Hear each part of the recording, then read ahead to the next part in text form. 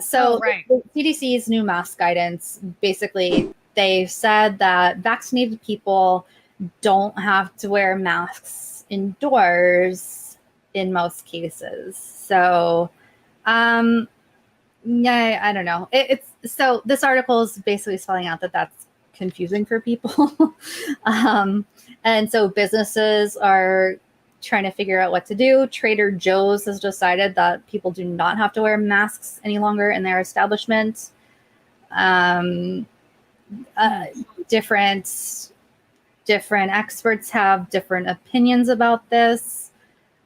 Right. I've seen some criticism of that. It seems to me that they want to push the economy to go back to a full open. Yeah. My concern though is that, we talked about this at the start of the show. I don't, we're nowhere near reaching any sort of herd immunity. We haven't vaccinated enough folks.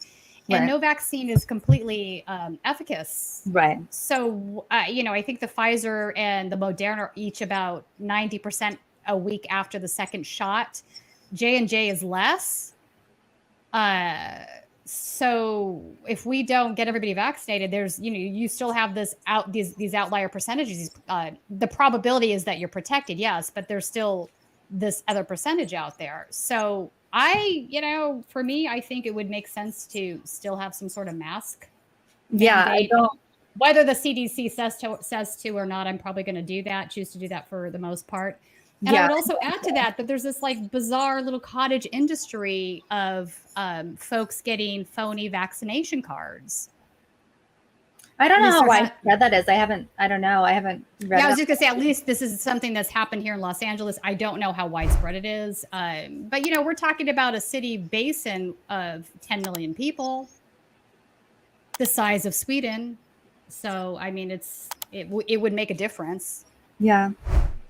I'm just so, I don't know. I'm weirded out. It seems so sudden, they didn't ease back into this at all. It was just like, okay, we're done. So anyway, two of the nation's medical societies, the American Society of Transplantation and the American Academy of Pediatrics, issued statements stressing the importance of masks, and more than a dozen physicians interviewed Friday expressed concern that the decision was premature, coming only days after regulators cleared a vaccine for 12 to 15-year-olds, and while so many are still unprotected. The guidance shifts all the burden onto individuals to be on their honor and choose the appropriate actions when deciding whether to wear a mask, said Lisa Maragakis, an infectious disease epidemiologist at Johns Hopkins University School of Medicine.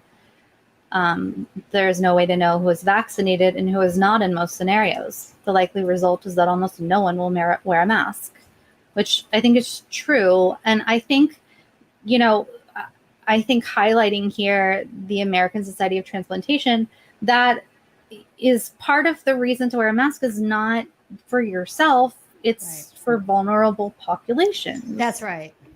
So, which is the point of herd immunity too. So even if, there's a percentage of the population that won't be able to get vaccinated. That's always the case of every vaccine, which is why it's important that those that are healthy and can do so. Right. And I got the Pfizer vaccine. I'm somebody that's been prone to anaphylactic shock. I've had it happen to me twice where I was hospitalized, both times for medication. So not for food. Yeah. So I'm in that group where they want to keep an eye on you, but I still went and got vaccinated.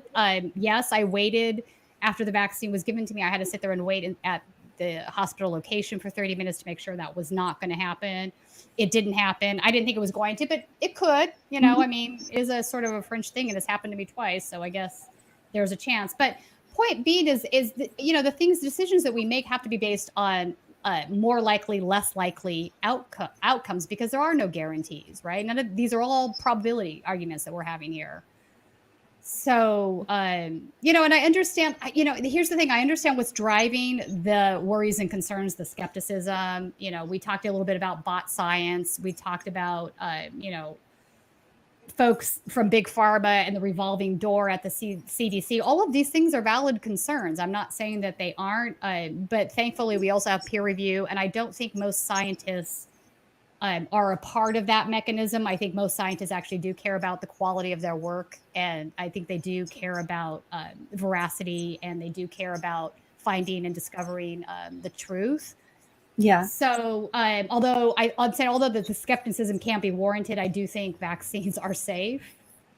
And I don't know what we have to do to combat some of these narratives that kind of stemmed out of Jenny McCarthy's, group Right. when they were, I don't think we've ever, she's done a lot of damage. I don't think we've ever gotten past that. So, I mean, even though there's, concerns, and there's a seedling of truth to some of these things, coupled with what Jenny McCarthy did, it's grown into this entire giant thing that's, I don't know. We need to do something about it. I don't know what. Yeah. Yeah. And I don't know. I think that this is just a rushed decision. The CDC one? Yeah. Yeah. I agree. I think this is a strange decision. I went on a tangent. Sorry. No, it's fine. Because that's one of the other arguments, because I've actually tried to speak with some of these anti-vaxxers at these protests, and one of the arguments they made was that the vaccine was developed so quickly. And so my response, the science behind it wasn't like, that's been around, like they've been developing that for a long time. Yes, mRNA things have been used in other gene therapies, not vaccines previously. So that's not new tech. But my thing was this is like, you normally have a group of 10, 20 scientists on a team working on something. This was an effort where you had thousands of scientists worldwide working on the same problem, which is a rarity. A lot of never happened. Again, like a lot of great minds, like the best people, the best money, everything. So that's why that happened as quickly as it did. I don't think that normally would not be the case, right? And if you think about it, like if the world runs on money, like the world, the powers that be, unfortunately it does, yes. The powers that be don't want everyone like dead and not spending money. They want everyone, they want people alive. Jen, are you sure about that? Because I'm not convinced. They want people alive and spending money and like the economy running. So they have a vested interest in making this vaccine happen. So even conspiracy theorists should agree, like they wanted the vaccine to happen. The powers that be that you're fighting against, like they want the vaccine to work for you. Trust me. Well, my favorite headline this week, if you didn't see it, was, I think, God, was it the Wall Street Journal now? Or was it, no, it might have been Vice. I can't remember, but it was that the anti-maskers might start wearing masks now out of fear of the vaccinated people. I put this on my Twitter. No, I saw some ridiculous stuff that someone said. This is a real headline, by the way. This is not me making something up. It's not The Onion. No, I know. Like there are people who think that that women who've been vaccinated, like their periods are crazy now. But that even, yeah. So what? Yeah. So people like these. So a lot of these QAnon people are from the wellness community and like the whatever.